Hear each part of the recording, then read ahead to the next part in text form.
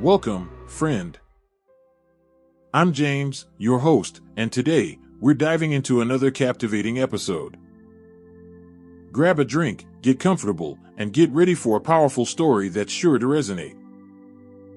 If something hits home, share your thoughts in the comments. Let's dive in. AITA for emotionally cheating on my ex? TW, emotional and sexual abuse. So, here I am, sitting in my tiny Los Angeles apartment, reflecting on a relationship that unraveled like a cheap thriller. The city, with its sun-soaked streets and shimmering skyline, often masks darker realities beneath its glamorous surface. My relationship with Ralph, 25M, started with a spark, igniting in the vibrant atmosphere of university life, but quickly spiraled into a saga filled with love, betrayal, and the suffocating grip of emotional abuse. As I dive into this story, I want to take you through the emotional roller coaster that ultimately led me to Chris, 25M, Ralph's friend. Buckle up, it gets messy, and trust me, you won't want to miss a moment of this drama. I, 27F, met Ralph during our first semester of college, where we were just two slightly awkward souls navigating the social maze of student life. Picture bustling hallways, laughter ringing out from coffee shops, and the energy of young adults chasing their dreams amidst the chaos. We clicked almost immediately, bonding over late-night study sessions, shared ambitions, and a mutual appreciation for the thrill of exploring new ideas. Our connection blossomed quickly, and before long, we found ourselves inseparable.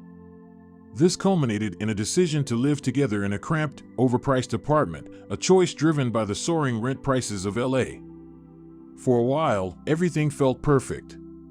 We crafted our own little world within those four walls, filled with laughter, late-night conversations, and a sense of shared purpose.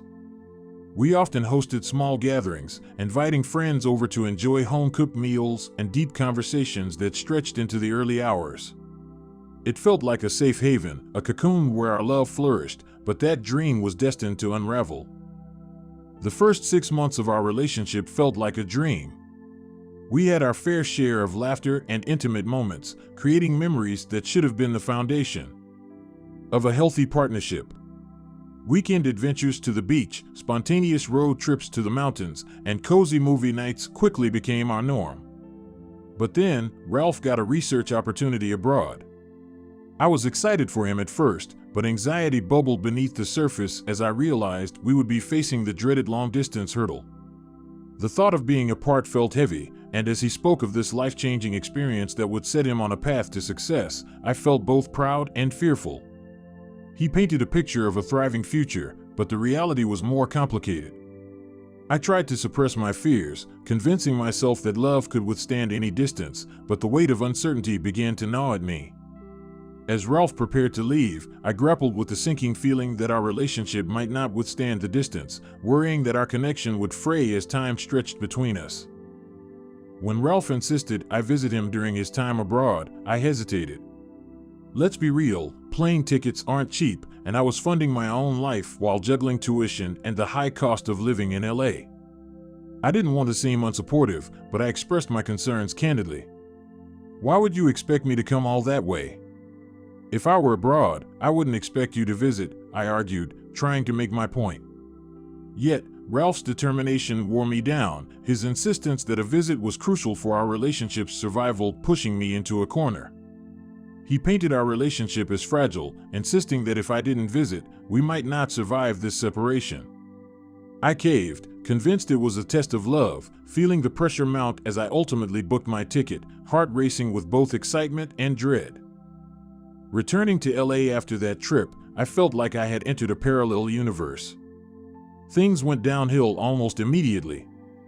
Ralph's personality morphed into something unrecognizable. He became increasingly upset whenever I spent time with friends or came home late from social gatherings. The warmth and affection we once shared transformed into tension and resentment. Ralph, the introverted homebody, would sulk in silence, his discontent filling the room like the heavy LA smog that often cloaked the city. Every late night out became a battlefield, and I felt like I was constantly tiptoeing around his feelings, curtailing my social life to keep the peace. Even the simplest of outings turned into a source of anxiety. I found myself canceling plans just to avoid Ralph's sulking and the inevitable guilt trip that followed. My once thriving friendships began to dwindle, and I found myself choosing Ralph over my own needs, battling a growing sense of isolation that was palpable. Friends began to notice my absence and the changes in me, but I brushed off their concerns, convinced I could fix things on my own. With each passing day, the cracks in our relationship widened, transforming into chasms that seemed impossible to bridge. Ralph would dismiss my opinions, often calling me too dramatic or saying I was always trying to be the victim. It was as if he had a script for our interactions, and I was the unwitting actress playing a role I never auditioned for. I started questioning my sanity as he gaslighted me, downplaying my feelings until they felt like whispers lost in a cacophony of doubt. Whenever I brought up promises he made, he'd act oblivious, dismissing my concerns and making me question my own reality. Am I really that unreasonable? I'd wonder, feeling the walls close in on me and the air thick with confusion and resentment. I would lie awake at night, replaying conversations in my head, desperate to find clarity but only sinking deeper into self-doubt. The relationship was transforming me into someone I barely recognized, a shell of my former self who longed for validation and understanding. And then came the issue of intimacy, which added another layer of complexity to our already strained relationship. I suffer from a medical condition that makes conventional sex nearly impossible, and while I initially thought Ralph would be understanding, his patience quickly wore thin. The pressure mounted as I tried to navigate my medical situation, all while Ralph urged me to get on a waiting list for treatment. My sex drive dwindled, and the burden of his expectations turned what should have been an intimate connection into a chore. I felt guilty for not being able to meet his needs, and as Ralph began to ask for sexual favors, my compliance felt more like an obligation than a shared desire.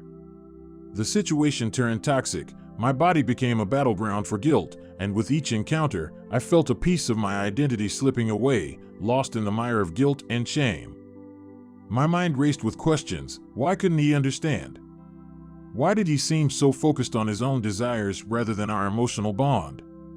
This imbalance in our relationship fueled my frustration, pushing me further away from Ralph and towards an emotional connection with someone else. Enter Chris, Ralph's friend, a golden retriever in human form, always radiating positivity and warmth. Whenever he came over, he brought a breath of fresh air to our stuffy apartment, his infectious enthusiasm a welcome contrast to Ralph's simmering discontent. With Ralph glued to the couch, Chris and I began taking long walks along the sun-drenched paths of our neighborhood, chatting about everything from life goals to the latest Netflix shows. Our conversations were easy and filled with laughter, but it was during these strolls that I found a confidant, a safe space where I could voice the turmoil brewing in my heart. I began sharing the ugly truths of my relationship with Ralph, the gaslighting, the emotional neglect, and the growing sense of isolation that threatened to consume me. Chris listened without judgment, his compassionate demeanor encouraging me to open up even more. He never dismissed my feelings. Instead, he validated my experiences, and for the first time in a long time, I felt understood and supported. The moments spent with Chris became a refuge from the chaos at home, and with every shared laugh, I felt my heart slowly begin to heal. Chris listened intently, his concern palpable as I poured my heart out. "This doesn't sound healthy," he'd say, his brow furrowed, the warmth in his voice a stark contrast to the coldness I felt at home. "He seems emotionally abusive." I brushed off the label at first, deflecting the weight of those words, but deep down, I felt a flicker of recognition, an uncomfortable acknowledgement of the reality I was living in. The feelings I developed for Chris felt warm and exhilarating, a stark contrast to the suffocating atmosphere Ralph created. I was drawn to Chris's kindness, the way he made me feel seen and valued. Our friendship blossomed into something deeper, yet I grappled with the guilt of betraying Ralph. The more time we spent together, the more I realized I was falling for him, a realization that both thrilled and terrified me. I found myself fantasizing about a life with Chris, one filled with laughter, support, and genuine connection, everything I had longed for but never found with Ralph. But guilt crept in like a thief in the night, wrapping around my heart with icy fingers. I tried to be transparent with Ralph, mentioning my friendship with Chris, hoping to diffuse any jealousy that might brew. I would invite Ralph to join us, but he always declined, retreating into his fortress of solitude while I searched for solace in Chris's company. I checked in constantly, asking if he was okay with my time spent with Chris, but he waved it off, masking his jealousy with a veneer of indifference that felt all too familiar. The emotional turmoil of living with Ralph while developing feelings for Chris left me feeling torn and trapped, caught in a web of my own making. The more I tried to navigate this delicate situation, the more I felt like I was playing with fire, knowing that any misstep could lead to an explosion of anger from Ralph, who had already shown me glimpses of his volatility. I started to dread the moments I had to return home, feeling the tension hang in the air like an impending storm. It was exhausting, and I was constantly on edge, calculating every word I spoke and every action I took. My heart raced at the thought of Ralph finding out about my growing feelings for Chris, and I could feel the ground shifting beneath me. Months passed, and I found myself drowning in a sea of conflicting emotions, the waves threatening to pull me under. It became unbearable, a cycle of frustration and sadness that I couldn't break. I felt like I was stuck in a tug-of-war, torn between loyalty to Ralph and the undeniable connection I shared with Chris. After yet another heated argument about our deteriorating relationship, I made the agonizing decision to break up with Ralph. We had a heart-wrenching conversation that felt like it lasted a lifetime, filled with tears, frustration, and unspoken words. I remember the way his face crumpled when I told him I couldn't do it anymore, a mixture of disbelief and anger washing over him. I thought we parted on relatively good terms, a mutual understanding of our need to separate, but that notion quickly faded into the backdrop of what was to come. Ralph moved back home, and as I closed the door behind him, I felt a weight lift from my shoulders, a flicker of hope that perhaps freedom was on the horizon. I envisioned the possibility of rebuilding my life without the constraints of Ralph's expectations weighing me down. But then the nightmare began. A week later, Ralph stormed into our shared flat like a whirlwind, rage etched on his face, his eyes wild with disbelief. "You're a liar," he shouted, his voice echoing off the walls, sending chills down my spine. "How could you tell people we broke up when we haven't?" I was blindsided, confusion flooding my mind as I tried to process his accusations. "What are you talking about?" I stammered, bewildered by his words. "We had a conversation about it. You moved out." But Ralph was having none of it, waving my words away as if they were nothing but dust in the wind. "You're lying. We agreed to break up gradually." In that moment, I felt like I was losing my grip on reality. Each accusation was a blow, personal attacks slicing through the air like daggers. I stood there, frozen, stunned by the venom pouring from his lips, the weight of his words crashing over me like a tidal wave. I reached for my phone, trembling as I texted Chris and another close friend, "I don't feel safe with Ralph here." My heart raced as Ralph's voice grew louder, his anger morphing into a tirade filled with insults and accusations that made me question everything I had experienced in our relationship. "Why do you think you can just lie to everyone? You think you can treat me like this?" he spat, each word laced with bitterness. I could feel the walls closing in, the suffocating atmosphere of our shared space wrapping around me like a vice.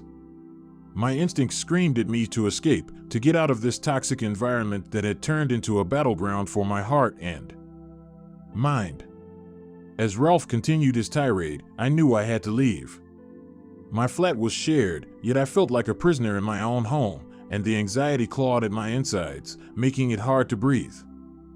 I took a deep breath, slipped out the door, and wandered the streets, trying to calm the storm in my mind.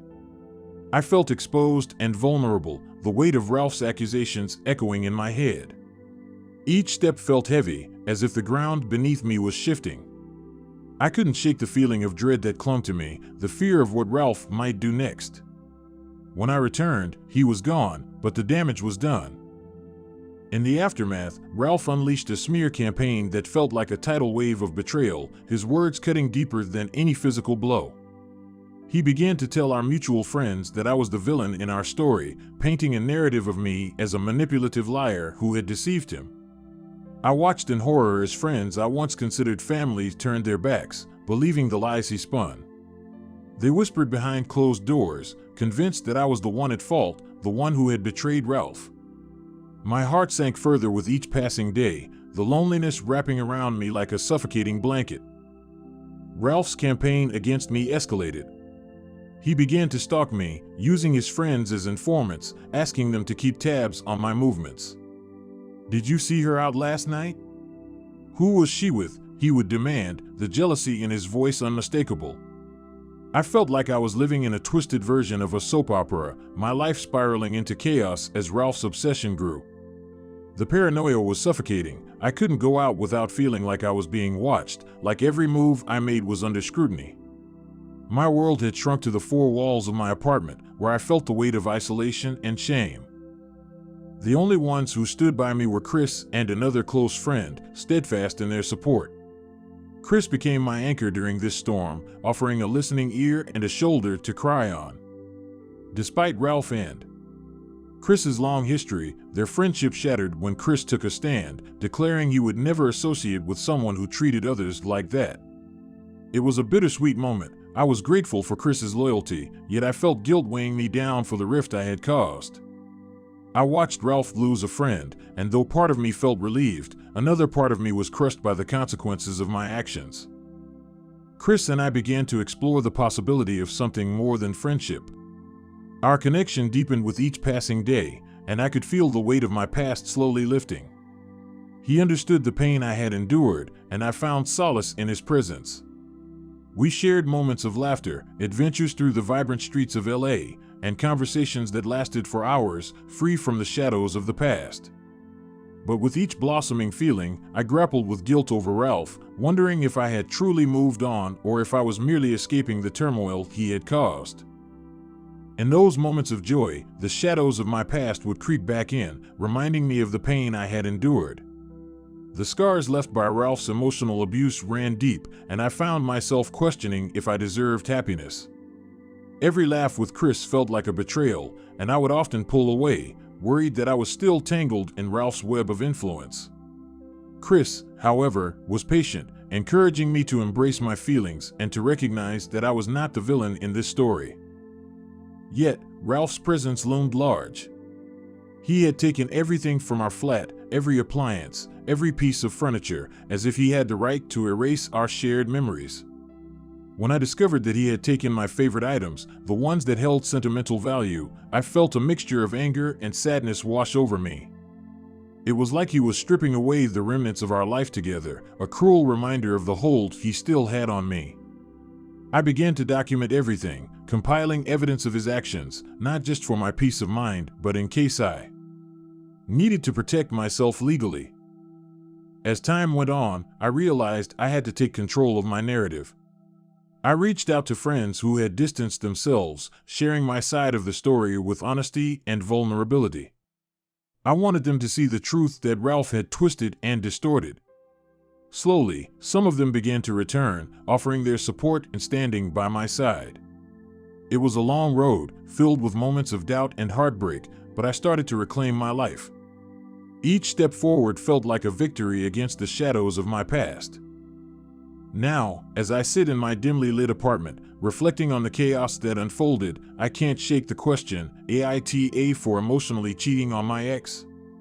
I found solace in Chris, but did I betray Ralph, or was I merely seeking the love and understanding that had long been denied to me? The drama of it all feels like a Hollywood movie, just not the kind with a happy ending. I've learned that healing takes time, and though the scars may remain, I am determined to find my way back to myself.